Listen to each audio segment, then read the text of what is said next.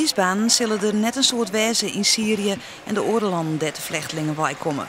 En dat is om gewoon goed te zien. De eerste streken op het ijs vallen net daar, benammen voor de volwassenen. Maar leuk vinden ze het al hier. It's your first time? Yeah, first time, yeah. Okay. And how does it feel? Yeah, I practice, yeah, it's good. Hoe heet het wat jullie nu doen? Schaatsen. Schaatsen.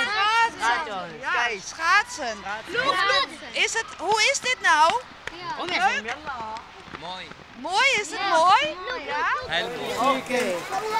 If you can skate, we give them. Het valt nog net touw om ze bij elkaar te krijgen, hè? Nee, klopt. Iedere keer is er weer van terug gaat ze bij elkaar. Hè? Dat zit net op. De ijshal en de vluchtelingen binnen Boerlieu. Voor Van der Kooi is het dan ook logisch dat deze activiteit plak vindt. Wij willen wel wat doen voor die mensen. En wij zijn oorzaak uitnodigd om te komen te zien als goede buur. En als er één keer west is, dan zei ze, nou wij willen even wat voor deze mensen doen. Het is even een tijdsbesteding, het is even de cultuur leren kennen. Volgens mij helemaal goed. De baan liep je er minder moeite mee te hebben. Ze gaan zuiver als volleerde rieders over de baan en binnen zeker net benauwd. And how good are you? Yeah, good. How many times did you fall?